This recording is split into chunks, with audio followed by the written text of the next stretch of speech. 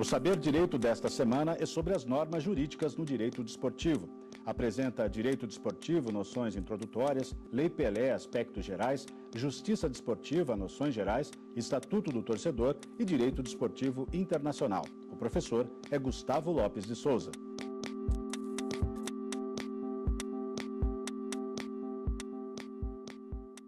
Olá, gente, sejam muito bem-vindos. Eu sou Gustavo Lopes Pires de Souza e eu começo esse programa fazendo um grande convite.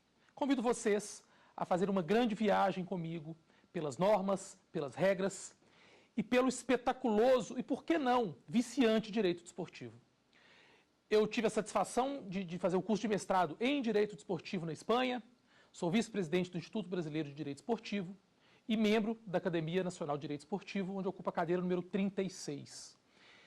E a minha ideia, a nossa intenção com esse grande convite, é trazer para vocês um pouco dessa disciplina tão pouco explorada, tão pouco estudada, mas muito, muito, muito debatida na imprensa e a cada rodada nos jogos de finais de semana.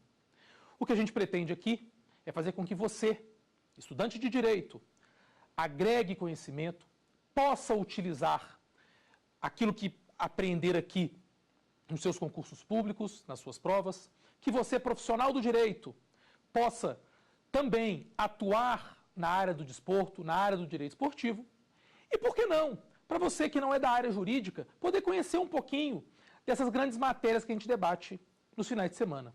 Portanto, quero que vocês venham comigo para que a gente possa auxiliá-los naqueles grandes debates de final de semana, de bares, com a família, aqueles debates inflamados de clubes de futebol, mas agora com embasamento. Por que não fazê-lo com embasamento? Um grande ponto que a gente tem quando a gente fala em direito esportivo é a grande dificuldade da sua inserção no meio jurídico, uma vez que são pouquíssimas faculdades e universidades ao longo do país que trazem essa disciplina como disciplina cadeira fixa. Algumas faculdades oferecem como cadeira optativa, mas infelizmente são pouquíssimas aquelas instituições que trazem o direito desportivo como disciplina fixa. E justamente por isso, muita gente da área não conhece esse apaixonante ramo do direito. A gente sabe que a sociedade ela tem evoluído e evolui bastante, e que essas relações sociais acabam por trazer a necessidade de regulamentação. Isso aconteceu lá com o direito marítimo, direito aeronáutico, direito imobiliário, direito do consumidor, e acontece também com o direito esportivo. O desporto é um fenômeno que envolve milhares, e até por que não dizer milhões de pessoas pelo mundo afora. A gente tem normas que vão servir para nortear, por exemplo, a relação de trabalho do atleta. Mas no esporte não tem só o atleta. Então, quando você vê uma partida de futebol, tem lá os 22 atletas jogando, mas temos também os reservas, temos os árbitros, temos os torcedores, temos os profissionais da imprensa, temos todos os familiares que estão ali e que vivem e sobrevivem daquilo que esses profissionais angariam financeiramente. Milhões, bilhões de dólares são movimentados anualmente a cada janela de transferência no futebol. Trilhões de reais são envolvidos nas transações de atletas de futebol e também em vendas de direito de transmissão, em licenciamento de imagem, em venda de camisas, dentre outras coisas.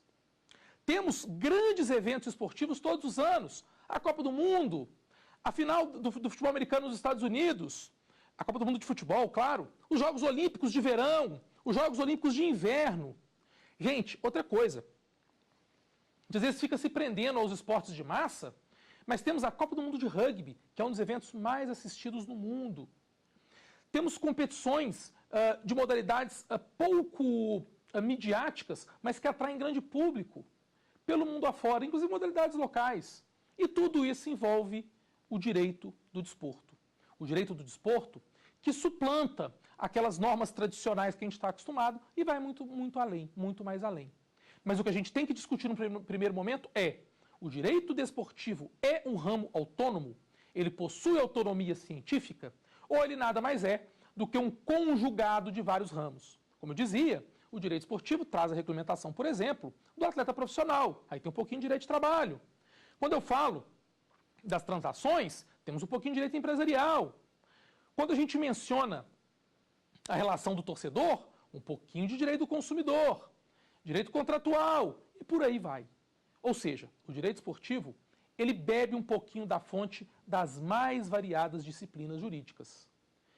Mas, será que apesar disso, eu posso entender o direito esportivo como uma disciplina jurídica autônoma e independente? E essa resposta a gente vai dar ainda nesse programa e especialmente com os próximos dispositivos jurídicos. Lá no artigo 24 da Constituição Brasileira, a gente já tem o primeiro item, o primeiro elemento que trata do desporto no seio normativo brasileiro. O artigo 24 da Constituição Nacional, e aí vale fazer uma remissãozinha, a Constituição é a Carta Magna, né, gente? A Constituição Brasileira é aquele documento normativo que traz as diretrizes basilares da República, as diretrizes basilares do país. Ela estabelece lá no artigo 24, em um dos seus incisos, que há a competência, ou seja, a atribuição legal concorrente entre Estados, União, Distrito Federal e município para legislar sobre o esporte. Lá no inciso não fala só de esporte, fala de cultura e outras coisas, mas vamos focar aqui no esporte. Ou seja, tanto União, Estados, município e Distrito Federal podem criar normas, leis que tratem do desporto. Um exemplo que a gente tem, e eu acho que é bem importante a gente frisar nesse momento, é um assunto para lá de polêmico, é a história das bebidas alcoólicas nos estádios de futebol. A gente sabe que durante muitos anos as bebidas alcoólicas ficaram fora dos estádios de futebol, sob o primeiro fundamento, que o Estatuto do Torcedor, que é uma norma federal, proibia, o que não é verdade. O Estatuto do Torcedor não proíbe, nunca proibiu o consumo de bebidas alcoólicas nos estádios de futebol, mas por meio de um termo de ajustamento de conduta, o Ministério Público e as entidades administradoras do futebol, a Federação Brasileira de Futebol, as federações estaduais, enfim, decidiram proibir a venda de bebida alcoólica nos eventos esportivos. Futebol. Veio a Copa do Mundo. Durante a Copa do Mundo se vendeu bebida alcoólica. Não tivemos fatos violentos, não tivemos grandes incidentes em razão do consumo de bebida alcoólica. E iniciou-se um grande debate pela volta das bebidas alcoólicas, especialmente a cerveja, para os estádios de futebol. E o que aconteceu? Alguns municípios e alguns estados decidiram regulamentar o consumo de bebidas alcoólicas nos estádios de futebol. Então, alguns estados, com legislações estaduais, permitiram o consumo. Alguns outros estados, como o estado de Minas Gerais, por exemplo, permitiu o consumo, porém limitado. Então, só se pode vender bebida alcoólica e consumir fora da arquibancada e até o início do segundo tempo da partida de futebol. Enfim, iniciou-se um movimento legislativo nos estados no sentido de regulamentar o Estatuto Torcedor, que dá uma deixa. O que o Estatuto Torcedor estabelece? Ele diz assim, olha, é proibido o ingresso nos estádios de futebol portando objetos, bebidas, utensílios que possam causar ou incitar a violência. E aí a interpretação que algumas pessoas deram naquele momento é que a bebida alcoólica incitaria ou causaria violência, e aí ela foi retirada do estádio de futebol. Quando veio a Copa do Mundo, e na Copa do Mundo constatou-se que a bebida alcoólica não é um fator preponderante na violência, os estados começaram a buscar a regulamentação desse artigo, e hoje a bebida alcoólica tem gradativamente retornado para os estádios de futebol. Mas o fato é que o artigo 24 da Constituição Brasileira viabiliza a normatização, a legislação dos estados e dos municípios e também do Distrito Federal no que diz respeito ao fenômeno jusdesportivo. Então, a gente já vê o desporto surgindo de maneira autônoma no sentido de legislação, já lá no artigo 24 da Constituição Brasileira. Mas o grande tchan que a gente tem da legislação desportiva não é o artigo 24. É o artigo 217 da Constituição Brasileira. O artigo 217 da Constituição Brasileira, ele definitivamente confere ao direito esportivo e ao desporto como todo, especialmente à justiça desportiva, um caráter de autonomia. Porque o artigo 217 da Constituição, ele estabelece assim, olha, As entidades desportivas são autônomas. Olha, a justiça desportiva, ela tem autonomia, independência, e olha que interessante. Aliás, eu não vou nem dizer o que eu acho interessante. Eu quero chamar uma pergunta aqui, no que diz respeito à justiça desportiva. Há alguns questionamentos sobre a natureza jurídica da justiça desportiva, e aí eu quero ouvir essa pergunta aqui, realizada, salvo melhor juízo, por um aluno de direito, e eu quero ouvir essa pergunta, e em cima dela a gente trabalha o que o artigo 217 traz sobre a justiça desportiva. Põe na tela? Eu gostaria de saber se a justiça desportiva prevista na Constituição Federal faz parte do Poder Judiciário. Pois é, Arthur. Essa pergunta é muito boa e muito interessante. Quando a gente fala em justiça, né, em justiça desportiva, a gente de imediato pensa como um órgão do Poder Judiciário. E a resposta é não. A justiça desportiva não faz parte do Poder Judiciário. E aí a gente volta naquilo que eu estava comentando antes de chamar a sua pergunta, Arthur. Olha que interessante, a Constituição brasileira fala assim, só é possível discutir uma decisão da justiça desportiva junto ao Poder Judiciário após o exaurimento das instâncias da justiça desportiva. Ou seja, é requisito, é condição da demanda judicial referente à justiça desportiva no Poder Judiciário, é requisito que antes as partes exauram, ou seja, caminhem por todas as instâncias da justiça desportiva. Então, além da justiça desportiva não fazer parte do Poder Judiciário, a justiça desportiva tem prioridade de demanda. E para que serve a justiça desportiva? O que ela julga? Para que ela funciona? Naturalmente, gente, e aí eu reforço o convite para essa viagem, teremos a justiça desportiva como tema de uma aula inteira mais adiante. Mas essa resposta a gente precisa dar agora, porque está lá no artigo 217 da Constituição. Qual a atribuição legal? Qual a competência da justiça desportiva? A justiça desportiva, ela existe para processar e julgar as questões disciplinares que envolvam as entidades desportivas. Então, se o atleta é punido com um cartão vermelho, se ele vai ser suspenso, se não vai, é a justiça desportiva que decide. Se o regulamento foi cumprido ou descumprido, é a justiça desportiva que decide. A função, a atribuição da justiça desportiva é atender a todas aquelas demandas oriundas da disciplina desportiva durante a realização dos jogos, durante a realização das partidas. E é bem importante dizer que a justiça desportiva ela tem como princípio determinante a celeridade das decisões. Então, se um atleta é expulso num domingo, o julgamento tem que ocorrer no lapso de uma semana, para que ele já possa cumprir eventual punição rapidamente. Essa celeridade ela é indispensável para garantir o prosseguimento das competições. Imaginem só se um atleta expulso em determinada rodada tivesse que esperar anos de demanda judicial para poder ter a sua punição aplicada. Ele poderia até vir a já estar aposentado e restar inócua a sua punição. Então, a justiça desportiva, ela prima pela celeridade. Justamente por isso, a oralidade é um dos seus princípios estes que veremos, como eu já disse, em aulas posteriores. Justamente por isso, você tem que ficar ligado aqui para a gente, juntos, podermos ir conhecendo um pouquinho mais o direito esportivo. Como eu já disse, essa matéria é tão apaixonante e tão cativante que a gente conhece. E aí, gente, diante de tudo isso que a gente falou, a gente pode concluir que a justiça esportiva é um ramo autônomo ou não? O que vocês pensam? Qual que é a ideia que vocês têm? Eu vou dar a resposta.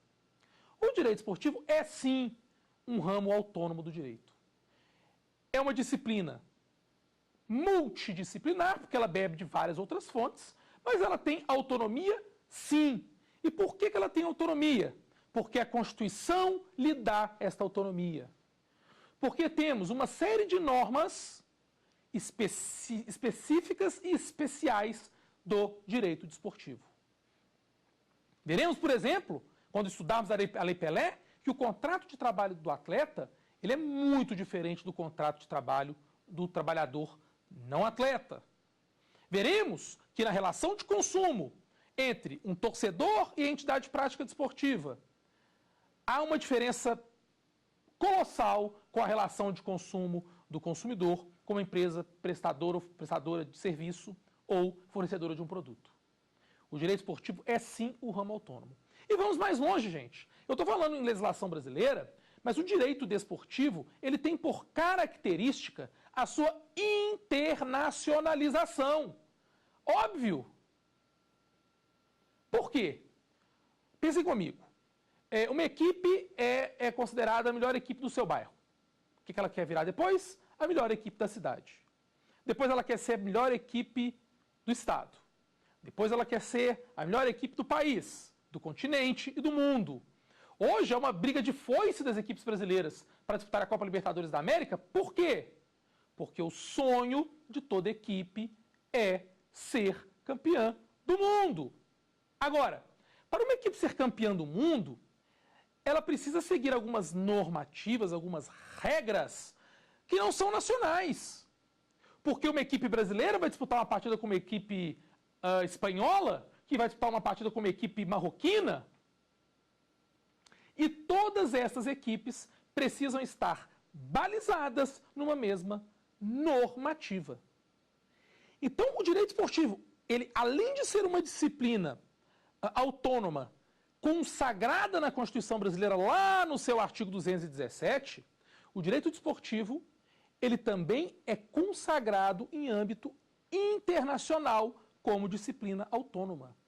O direito esportivo, ele exige que entidades, muitas vezes não estatais, como a FIFA ou o Comitê Olímpico Internacional, que entidades não estatais, mas de aplicação internacional, que as entidades tenham regramentos, normativas para viabilizar a prática de competições em caráter internacional.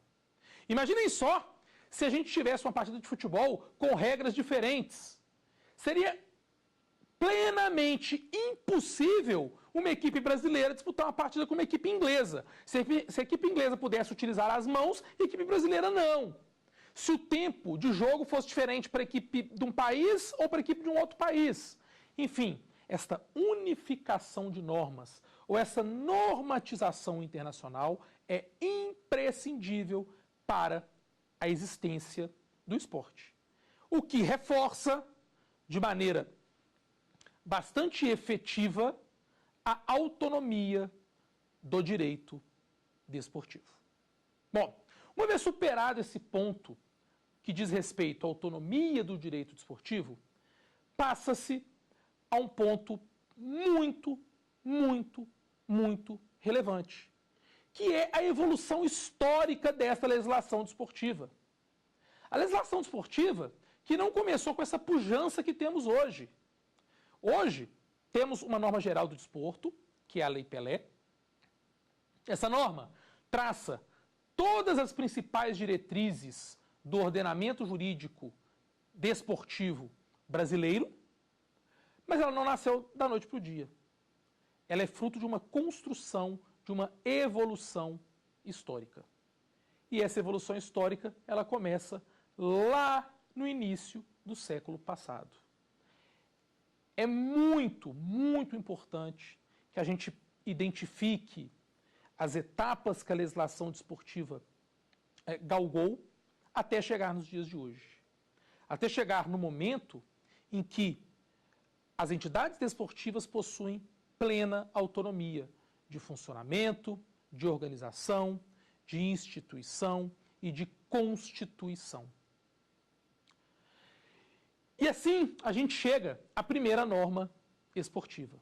A primeira normativa desportiva, ela na verdade traz alguns princípios desportivos, mas ela não trata muito especificamente de regulamentação e regularização de atividades esportivas, mas ela já trata da educação física, que é uma disciplina escolar ligada ao desporto.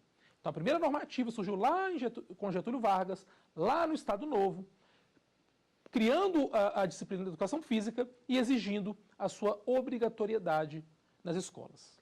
Vale dizer, gente, o seguinte: a gente pensa que o desporto ele só existe em alto rendimento, nas grandes competições. Mas não!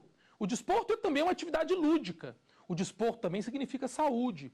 O desporto também viabiliza um bem-estar.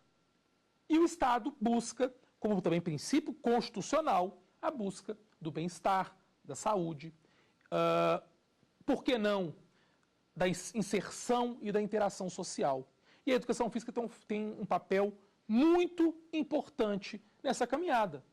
Por que, Gustavo? Mas por que a educação física tem um papel importante? Ora, aquele jovem que educou-se fisicamente, que educou-se para a prática desportiva, ele seguramente será um adulto que reservará tempo do seu dia para o exercício de atividades físicas. Logo, essa vida mais saudável trará melhor qualidade de vida, menos acesso à rede de saúde, menos custo de saúde pessoal e para o Estado e, sem dúvida, a redução de mortes naturais. Portanto, é interesse do Estado, sim, o desenvolvimento da atividade lúdico-desportiva e é interesse do Estado, sim, que a educação física esteja no currículo e no calendário das escolas.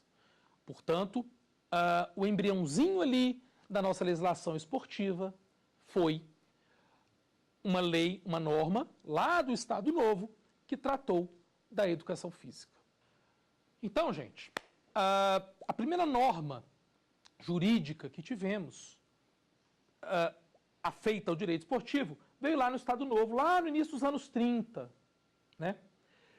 É interessante dizer que naquele período a gente vivia sob a égide do Estado Novo. No Estado Novo, a gente tinha lá um sistema político de caráter ditatorial, no qual algumas liberdades individuais estavam restritas, e no qual o Estado tinha uma participação um tanto quanto efetiva na liberdade do cidadão. Hoje a gente tem uma nova realidade, um novo prisma de uma democracia, na qual a liberdade de ação prevalece. E lá na perspectiva do Estado Novo, a gente tinha, por exemplo, a exigência de que todas as federações, confederações e entidades esportivas fossem reconhecidas, autorizadas pelo Estado. Enquanto hoje eu posso criar uma federação, uma confederação, um clube de futebol, sem que o Estado brasileiro autorize a sua existência, lá na época do Estado Novo, o Estado brasileiro tinha que autorizar a sua existência. Quando a gente fala em autonomia hoje, se eu quiser, por exemplo, criar uma federação mineira ou paulista de rugby, até já existe uma. Nós vamos falar, inclusive, desse sistema federativo na aula de Direito Internacional. Eu posso criar? Posso. Eu preciso de autorização estatal? Não. Eu quero criar uma equipe e me filiar a uma entidade esportiva, a uma entidade de administração do desporto, a uma federação. Eu posso criar equipe? Posso. Eu dependo de alguém para criar essa equipe? Eu preciso que alguém me autorize alguma coisa? Não, não preciso. Então, hoje a gente tem uma plena autonomia de atuação das entidades. E é muito interessante que lá na época do Estado Novo, o CND, na época era Conselho Nacional do Desporto, percebeu-se que o desporto poderia ser utilizado como maneira de levar uma boa imagem brasileira para o mundo, né? Garantir um certo status ali no cenário internacional. E justamente por isso o Estado tratava o desporto de maneira bastante centralizadora. O Estado queria e gostava de ter o desporto ali debaixo das suas asas. Vale lembrar, e a gente fala de fato histórico, aí é um fato histórico internacional, que o Hitler, no período da ditadura, na época que ele defendia a supremacia da raça ariana, Isso lá, e tem um fato interessantíssimo nas Olimpíadas de 36, que é ele que eu vou citar. Quando ele busca comprovar, por meio do desporto, a supremacia da raça ariana, a Alemanha organiza os Jogos Olímpicos de Berlim, em 1936. A prova mais nobre das Olimpíadas, isso é até hoje, são 100 metros rasos, né? E Hitler vai para o Estádio Olímpico de Berlim, que existe até hoje. Há uma equipe em Berlim que disputa suas partidas lá. Ele vai para o Estádio Olímpico de Berlim para poder agraciar com a medalha de ouro um atleta alemão. Só que o que acontece? Um atleta norte-americano, negro, de nome Jesse Owens, ganha essa prova, ou seja, Hitler deveria entregar-lhe a medalha de ouro, e o Hitler, para não ter que passar para aquilo que para ele seria a comprovação da não supremacia da raça ariana, Hitler não sai do estágio para não ter que lhe entregar a medalha. Então, essa relação desporto-estado, desporto-governo, ela é bastante interessante e ela é visível ao longo da história. O governo Vargas, que entra na Segunda Guerra contra o Estado alemão, né? Ele flertava, historicamente, ele flertava com alguns princípios do Estado alemão. E um deles era a questão da supremacia da raça. E por essa razão, o Estado Novo de Vargas pretendeu e tentou utilizar o esporte de maneira centralizada como forma de promoção da raça, como forma de desenvolver uma identidade nacional de supremacia. E aí ele trazia a legislação da época trazia todas as orientações da prática do desporto, o que, por óbvio, a gente já sabe que não deu certo, que não deu errado, e o desporto, no final das contas, no que diz respeito ao Brasil, ele evoluiu para uma atividade livre. Pra vocês terem uma ideia, a legislação na época, o decreto 49, eu vou colar aqui a lei, gente, 49639, de 30 de dezembro de 1960, quer dizer, isso aí já é um decreto que veio depois, já após o Estado Novo, ele ainda trazia resquícios do Estado Novo, no sentido de dizer que existiria um conselho, que era o Conselho de Educação Física, que fiscalizaria as entidades desportivas. Então, vejam só, era como se o Estado brasileiro, ele fiscalizasse a atuação do seu clube de futebol do coração, como se ele fiscalizasse a atuação do dirigente da sua competição estadual. Por quê? Porque o Estado pretendia, de certa forma, se imiscuir, adentrar, interferir em uma relação predominantemente privada, mas que tinha ali um grande interesse público, partindo-se do princípio de que ali poderia se fazer uma grande propaganda da raça brasileira para o mundo. Então, o Estado Novo, lá no ano de 1941, exarou, por meio de Getúlio Vargas, o decreto 3.199, que para muitos foi a primeira norma a tratar do desporto. Entende-se que o decreto-lei 3.199 teria sido o grande embrião de uma norma geral do desporto. Porque ali, ao contrário das leis anteriores que regulamentavam a educação física, a atividade da educação física, a fiscalização de entidades, o decreto-lei 3.199, ele traz algum desenho de organização desportiva. Lá em 1941 foi criado o CND, o Conselho Nacional do Desporto. E é bem interessante dizer que neste período que veio aí até praticamente a Lei Zico, até quase que os anos 90, na verdade ele termina nos anos 70, mas ele só termina 100% já nos anos 90. Qual era o raciocínio naquele período? O Estado Novo interferiria na autonomia das entidades esportivas. E ali a gente tinha uma confederação brasileira única. A gente não tinha CBF do futebol, CBV do vôlei, CBB do basquete, não. A gente tinha a CBD, que era a Confederação Brasileira dos Desportos.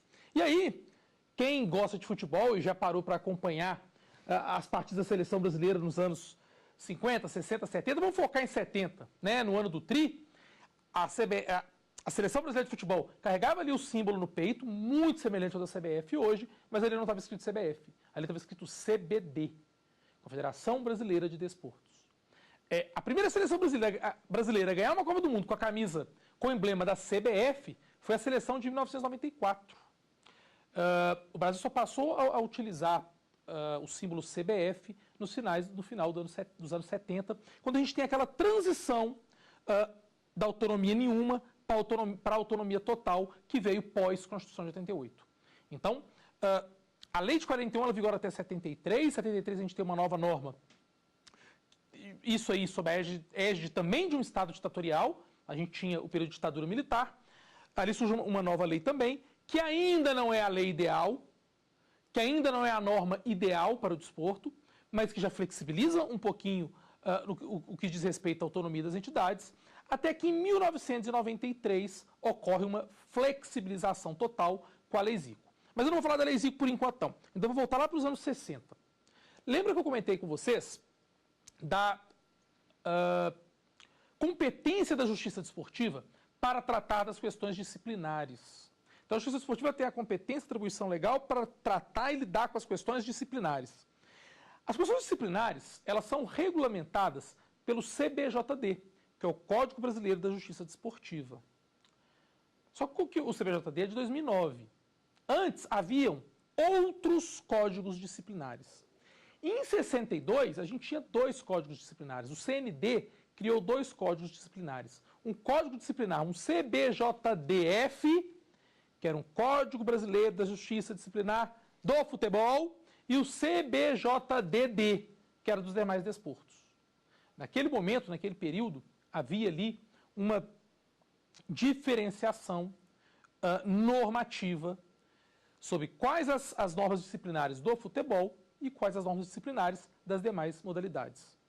Hoje, o CBJD, Código Brasileiro da Justiça Desportiva, ele traz normas aplicáveis a todas as modalidades esportivas, o que gera até um probleminha, mas para frente a gente vai comentar essas leis de maneira um pouco mais profunda.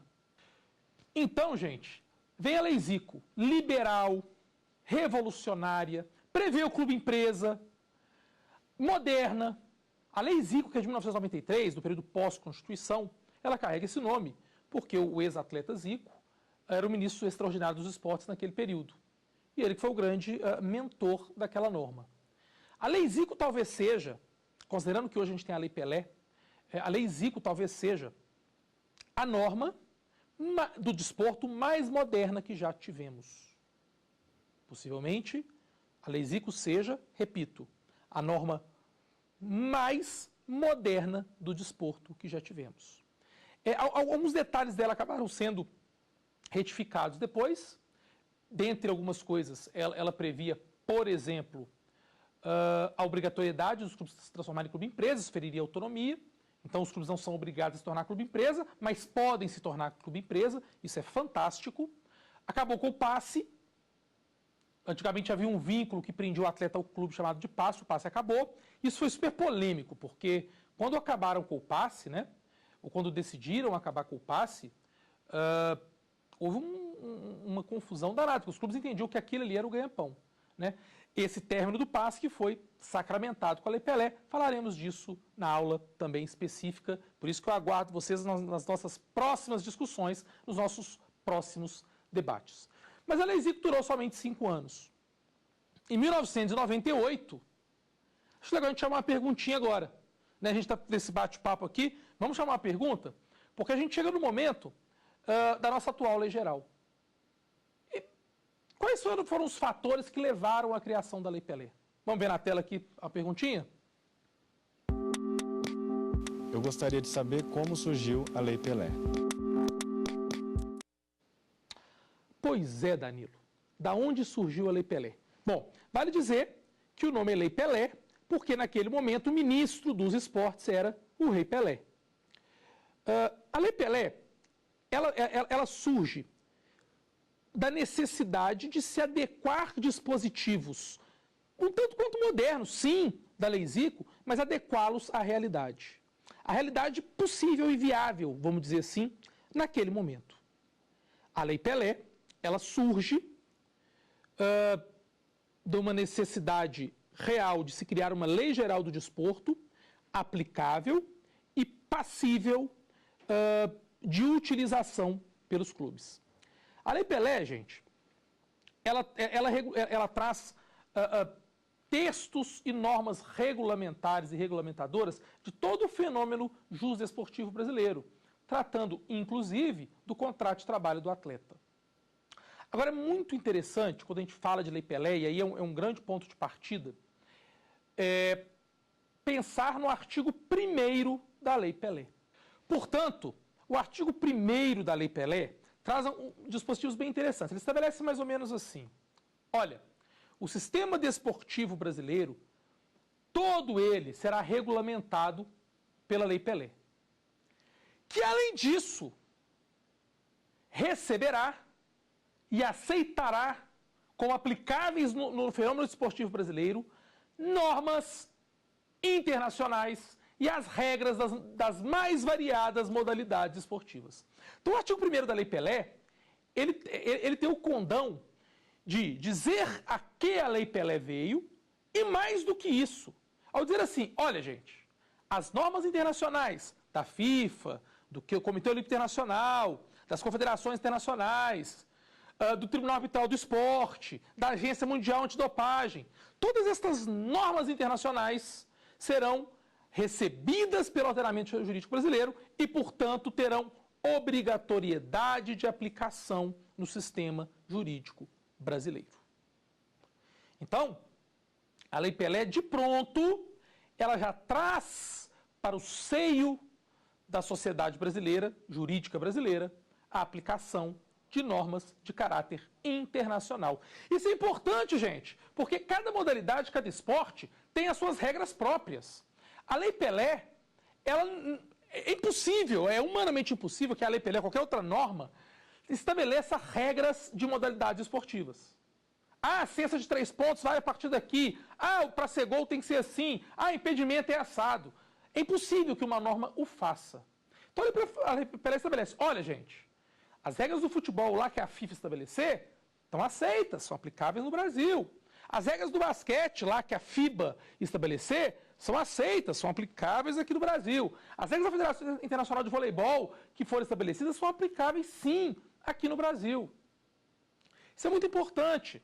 As regras das mais variadas modalidades esportivas passam a ser aceitas no Brasil. Eu até posso dizer que essas regras das mais variadas modalidades esportivas, a receptividade delas é muito tranquila, porque trata-se ali de relações privadas, né? A gente cria até as nossas próprias regras. Eu vou fazer um jogo de futebol, uma pelada de final de semana. Nesse jogo de final de semana entre amigos, olha, se pegar com a mão é lateral, não é?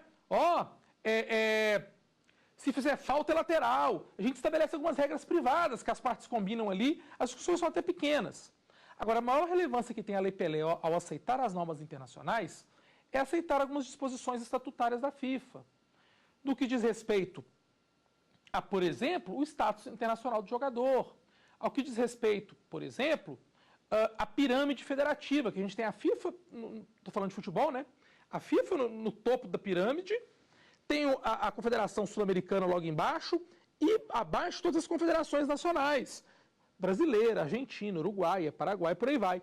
E mais embaixo delas, no caso do Brasil, as federações estaduais e mais embaixo os clubes e as entidades.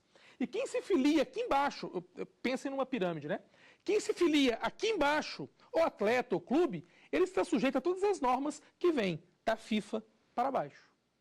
Então, quando a gente vê nos noticiários que um atleta X saiu de um clube da Europa e foi para o outro por milhares de dólares, aí fala assim, o clube brasileiro que esse jogador atuou quando era jovem, tem lá um percentual.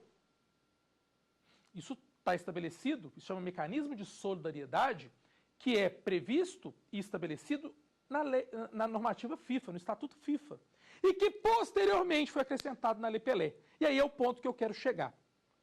A Lei Pelé, ela sofreu uma série de reformas e pequenas alterações de 1998 para cá. Por quê?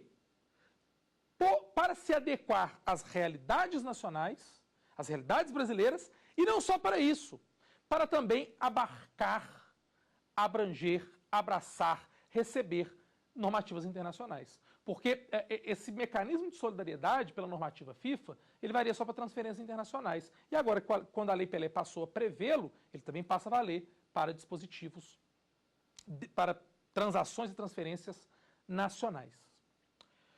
A Lei Pelé é bem interessante, ela é moderna, ela é liberal, mas ela tem um grande problema. Aliás, quando a gente fala em direito desportivo, e aí nessa parte introdutória é muito interessante a gente pensar, a gente enfrenta um grande problema e talvez seja uma realidade muito brasileira. De muitos outros países também, mas uma realidade um tanto quanto brasileira. No Brasil, pensa-se a estrutura desportiva com o futebol. Então pensa-se primeiro no futebol, para depois pensar nas outras modalidades. Diante disso, é muito comum que as nossas normas, elas nasçam, e aí vem a pergunta do Danilo, sobre a aplicabilidade, sobre de onde surgiu a Lei Pelé. Ela nasce da necessidade de se trazer regulamentações jurídicas para modalidades esportivas. Ela é muito pensada e muito aplicável para o futebol. Quando fala-se em mecanismo de solidariedade, pensou-se no futebol, porque é uma norma da FIFA. Entretanto, a Lei Pelé é aplicável sim a outras modalidades. O que pode gerar, e isso é muito legal que vocês saibam, e aí a gente pensa nos efeitos práticos, eu posso sim utilizar um mecanismo de solidariedade para outras modalidades, por exemplo. Então, um atleta do vôlei que foi formado na equipe Y e depois foi transferido para outra, isso gerou valor, a equipe que formou tem direito a receber. Até não é comum que jogadores de vôlei sejam comercializados, eu vou usar o termo comercializado, gente, sim, pedindo uma licença poética imensa, mas é para ficar fácil de entender. Mas quando um atleta sai do clube A para o clube B, atleta de futebol, há o pagamento de uma cláusula de rescisão ali. Esse que é o dinheiro da comercialização, entre aspas. No vôlei não tem isso, no basquete não tem isso. Aliás, no basquete pode ter. Existe caso de atleta de basquete que sai de uma equipe brasileira e vai jogar numa equipe norte-americana. Essa equipe norte-americana paga um valor para esse atleta, como da transferência de atletas de futebol, e o clube pleiteia o direito de formação sobre essa transação. Há esse precedente. Então, cabe para outras modalidades, sim. A grande questão é que não é comum, é até um tanto quanto incomum as transações em outras modalidades, que não seja futebol, gerar valor de pagamento para o clube do qual o atleta sai. Não é comum isso. Por isso que aplica-se principalmente ao futebol. Mas todas as normas da Lei Pelé são aplicáveis a todas as modalidades esportivas, inclusive o futebol. Quando a gente fala em CBJD, gente, a mesma coisa. O CBJD, ele traz ali uma série de dispositivos, quando ele fala em partidas, perda de pontos, etc., que não aplica uma série de modalidades. Como o remo, lutas. Então, é uma série de modalidades que uma série de dispositivos da lei, do CBJD, que é o Código Brasileiro de Justiça Desportiva, que eu não consigo aplicar. Por quê? Porque ele acaba sendo pensado muito pelo futebol. Então eu penso, quando a gente falava de 62, de existirem 2 códigos de justiça desportiva, eu penso que o ideal para a legislação brasileira seria tratar o futebol, que é profissional, indiscutivelmente profissional, que é o esporte de maior mídia, juridicamente de uma forma, e as demais modalidades de outra forma. Após essa viagem, esse passeio rápido na história da legislação, e a gente chega na Lei Pelé, que é a lei aplicável no momento, a Lei Geral do Desporto Brasileiro, há outras normas, há outras leis também. E quais seriam estas outras leis? Eu falei do CBJD. O CBJD, eu posso dizer que não é uma norma, uma lei no seu sentido literal, porque ela não passa pelo poder legislativo. O CBJD é uma resolução do Conselho Nacional dos Esportes. Gente, hoje a gente tem um CNE, Conselho Nacional dos Esportes, e não mais o CND, Conselho Nacional do Desporto. O nome CND ficou um tanto quanto queimado, por assim dizer, porque ele interferia na autonomia das entidades. O CNE não interfere. Então o CBJD é uma resolução do CNE, resolução número 29 de 2009 do CNE, e o CBJD ele tem a função de trazer como que se processa, ou como se processam as demandas disciplinares, como ela começa, quem julga, como julga, tem custas, não tem, como publica. Ela traz os tipos de infração. Quando fala tipos de infração é raciocinar como tipo penal, né? Então, ela traz o ato de indisciplina que vai gerar pena e a forma de julgamento e de defesa, garantido sempre pela defesa, contraditório, devido processo legal. Falaremos bem mais e com muito mais tempo da justiça desportiva em uma das próximas aulas. Temos o Estatuto do Torcedor, e aí o Estatuto do Torcedor ele traz uns dispositivos interessantes. Também falaremos melhor dele, mas o torcedor ele é bem interessante, que eu mencionava agora há pouco, da necessidade ou da relevância e ou importância de se dividir normas para o futebol e para as outras modalidades. Bom, quando eu falo normas para o futebol e para outras modalidades, eu trago um tratamento diferente para quem é diferente. E o Estatuto do Torcedor se preocupou com isso, porque o Estatuto do Torcedor ele é aplicável somente às modalidades profissionais. As modalidades amadoras não precisam se preocupar com o alto custo de manutenção, por que não dizer, de manutenção das suas exigências para o desporto amador.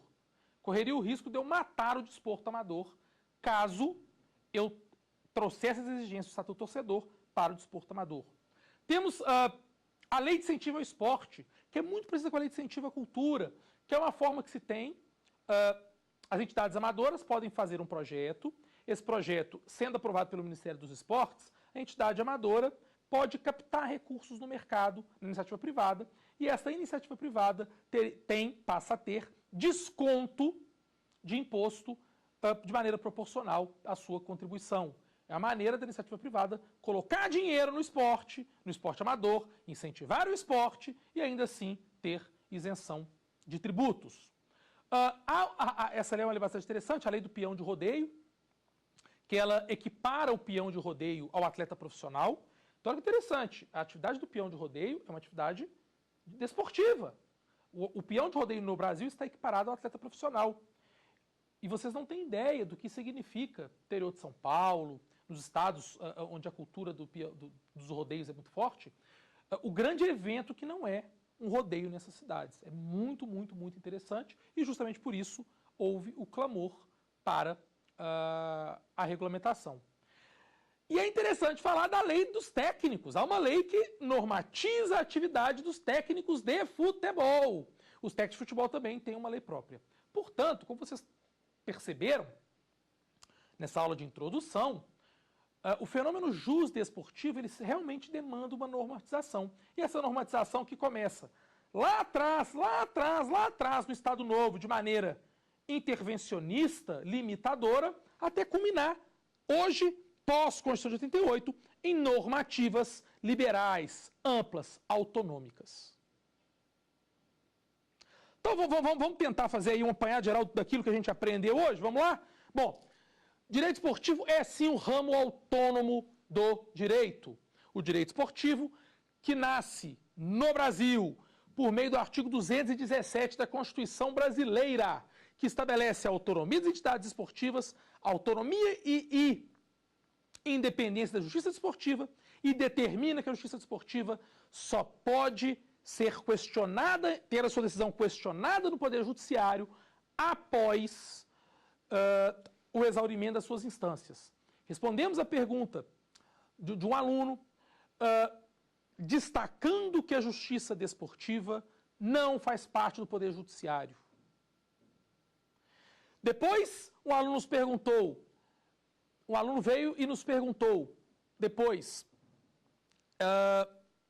da onde surgiu a Lei Pelé? A Lei Pelé surge para fazer pequenas adequações à Lei Zico e torná-la aplicável. Surge da grande demanda normativa do desporto brasileiro.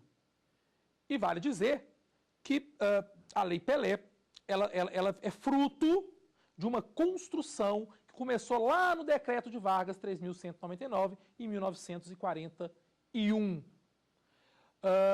Ficou não a crítica, mas a reflexão sobre a necessidade de termos uma lei para o futebol e outra para as demais modalidades. Hoje temos uma lei geral do desporto que divida, né? Tem um capítulo lá, um título, do futebol, normas do futebol, das demais modalidades, normas para as demais modalidades. É algo a se refletir e é algo a realmente se pensar. Falamos também um pouquinho das outras normas, do Estatuto do Torcedor, da Lei de Incentivo ao Esporte, do CBJD, e há uma grande relevância nisso, gente, porque, por exemplo, se eu entender que dança é esporte, e a lei estabelecer que dança é esporte, o Conselho Federal de Educação Física tem o direito de exigir que os professores de dança sejam formados em educação física. Houve um julgamento, por exemplo, nas instâncias superiores, no sentido de se entender que se o polidense, né, aquela prática da mulher dançar num bastão, se é uma modalidade esportiva ou não. Porque caso se considerasse o polidense modalidade esportiva, a professora de polidense ou o professor de polidense teriam que ser formados em educação física. Até o entendimento foi de que não é modalidade esportiva. Percebam como é relevante ou quão é importante termos boas normas justo-desportivas. Bom, para a gente ir caminhando para o final, para a gente ir encerrando, vamos pensar no que vem pela frente. Hoje a gente fez um apanhado geral, uma grande introdução, e trataremos nas próximas aulas dos principais pontos do direito esportivo.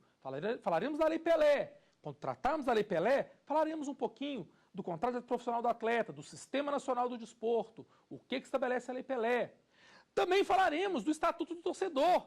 Gente, você sabia que você tem direitos? Você que vai ao estádio, você que compra ingresso e você que não compra também. Você tem direitos. Os clubes têm uma série de deveres a cumprir para com vocês. Vamos falar da violência. Pô, até que ponto o Estatuto do Torcedor veio para tratar e combater a violência nos estádios de futebol? Também veremos nas próximas aulas. A justiça desportiva, o que é a justiça desportiva, como ela atua? Poxa, eu quero trabalhar na justiça desportiva, o que eu preciso fazer? Como são escolhidos os juízes? E aí eu já vou dar uma dica, ó, não são juízes, são auditores. Como são escolhidos os auditores? De onde eles vêm? Para que eles vêm? Como é que funciona? Veremos isso numa outra aula. E encerraremos o nosso curso trabalhando o direito desportivo internacional.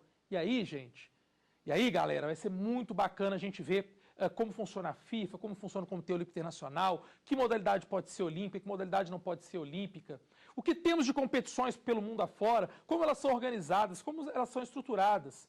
Percebam que o direito desportivo, ele abrange, sim, demandas desportivas, sim, relação de trabalho, mas ele vai mais além. Ele trata de aspectos de marketing, ele trata de aspectos de organização de competição, ele trata de aspectos da relação clube-torcedor, entidade que organiza a competição torcedor. E tudo isso será objeto das nossas próximas aulas. Por isso, agradeço de coração a audiência de todos vocês, espero ter contribuído, mas eu vou te contar um segredão para vocês aqui, ó. De todos os temas que vamos debater nesse curso de 5 aulas, esse é o mais desinteressante, o mais legal ainda está por vir. Então, se você gostou, chama o seu colega, preparem-se, porque tem muita coisa legal, muita coisa bacana para a gente discutir pela frente e muita coisa de extrema relevância, interesse e paixão dentro do direito esportivo. Tá legal? Então nos vemos nas próximas aulas. Um grande abraço e até breve. Ficou com dúvidas? Então mande um e-mail para saberdireito@stf.jus.br. E você também pode estudar pela internet. Basta acessar o site tvjustiça.jus.br.